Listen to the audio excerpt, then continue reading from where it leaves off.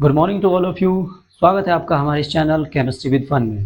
हमने class 11th की unit number 3 start करी थी, that is classification of element and periodicity in properties. तो ये यूनिट आपके लिए काफ़ी इंपॉर्टेंट है। अगर आप पीरियोडिक टेबल याद कर लेते हैं तो आपको आगे जो आप रिएक्शंस पढ़ेंगे आपके लिए बहुत ही आसानी हो जाएगी। आपको एलिमेंट की प्रॉपर्टीज़ का पता होगा, कौन सी प्रॉपर्टीज़ कितने एलिमेंट की आपस में सेम होती है, कौन सा एलिमेंट किस एलिमेंट के साथ रिएक्शन कर सकता है, किस एलिमेंट के साथ रिएक्शन नहीं कर सकता। तो ये चैप्टर आपके लिए काफ़ी इंपॉर्टेंट होने वाला है, आपको आगे के लिए भी काफ़ी हेल्पफुल रहेगा। तो इस चैप्टर के अंदर हमने फर्स्ट अपना लेक्चर लिया था, उसके अंदर हमने जेनेसिस ऑफ पीरियोडिक टेबल पढ़ा था, कैसे कैसे पीरियोडिक टेबल का स्टार्ट हुआ, बनना स्टार्ट हुआ। सबसे पहले डोब्राइनर आया, ट्राइड्स उन्होंने दिया अपना, मेंडलीव पीरियोडिक टेबल आई। आज हम स्टार्ट करेंगे अपनी मॉडर्न पीरियोडिक टेबल, जो अब तक पीरियोडिक टेबल चलती आ रही है, जो अब पीरियोडिक टेबल है जिसे आप लर्न करेंगे, तो उसके बारे में आज हम पढ़ेंगे। तो चलते हैं अपने टॉपिक पर। उससे पहले आप वीडियो को लाइक करके चैनल को सब्सक्राइब कर दीजिए। तो अब पढ़ते हैं मॉडर्न पीरियोडिक टेबल, यानी कि जो आपकी मॉडर्न पीरियोडिक टेबल, जो आप आज अब तक जो आपकी मॉडर्न पीरियोडिक टेबल रही है, जो आज भी हम पढ़ते हैं, वो किस रूल पर और किस बेस पर इन्होंने बनाई। ये जो है आपकी मेंडलीव पीरियोडिक टेबल को ही मॉडिफाई करके एक नया रूप दिया। उसी के जो केमिकल प्रॉपर्टीज जिस तरीके से उन्होंने एलिमेंट को लगाया था ग्रुप सीरीज और कॉलम के अंदर, तो उसी तरीके से इसी के अंदर इन्होंने डिस्ट्रीब्यूट किया। कैसे? The physical and chemical properties of the elements are periodic function of their atomic number.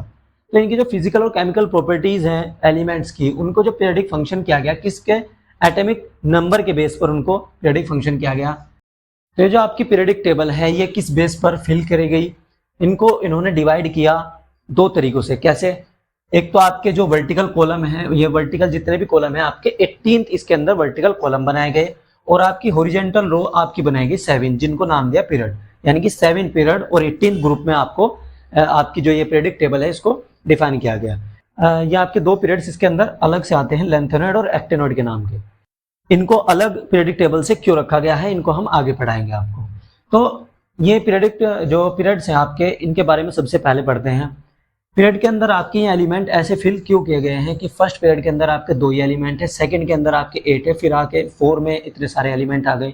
ये किसके बेस पर फिल किए गए हैं? आपके क्वांटम नंबर, यानी कि नंबर ऑफ सेल, और उस सेल के अंदर जो आपके आते हैं ऑर्बिटल, उनके जो इलेक्ट्रॉनिक कॉन्फ़िगरेशन है उनके बेस पर।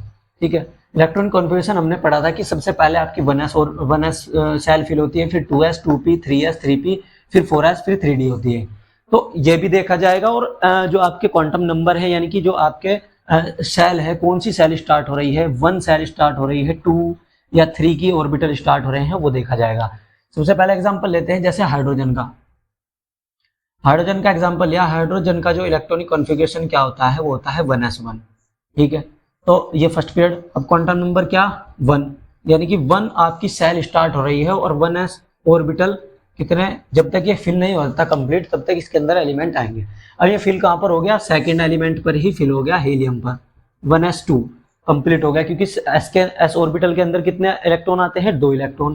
पी के अंदर आपके आते हैं 6 इलेक्ट्रॉन, डी के अंदर आते हैं 10, एफ के अंदर आते हैं 14। ऐसे फिल होते हैं।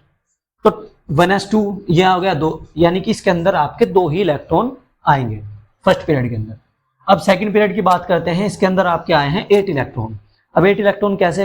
अब n की वैल्यू I2, ठीक है, इसके जो ऑर्बिटल में बनेंगे 2s और 2p बनेंगे, यानी कि जब तक ये 2s और 2p कंप्लीट फिल नहीं होते किसी के इलेक्ट्रॉनिक कॉन्फ़िगरेशन में, तब तक ये इलेक्ट्रॉन इसी पीरियड के अंदर फिल होते रहेंगे।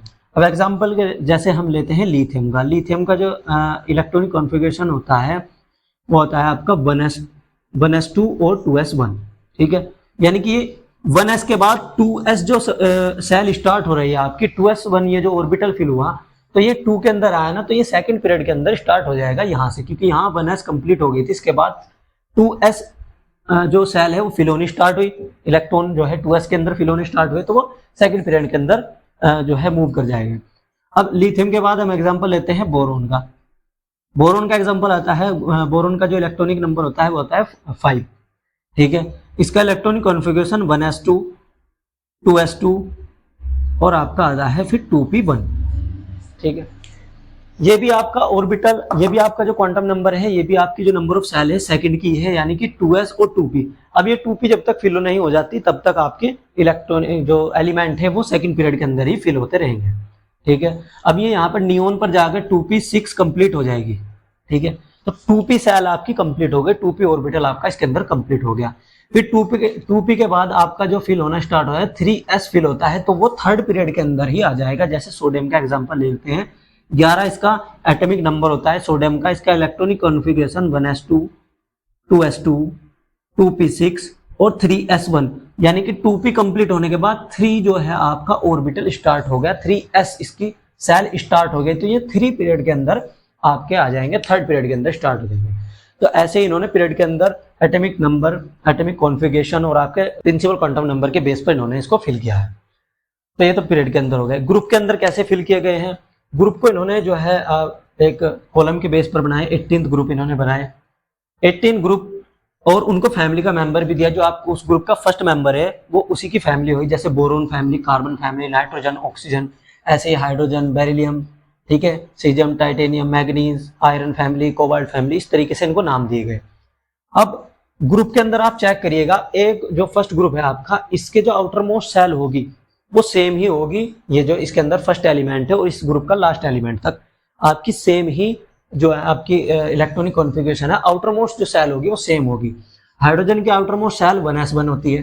ठीक है, लिथियम की आउटर मोस्ट सेल क्या होती है? 2s1, यानी कि s1 ही इसकी आउटर मोस्ट सेल होगी।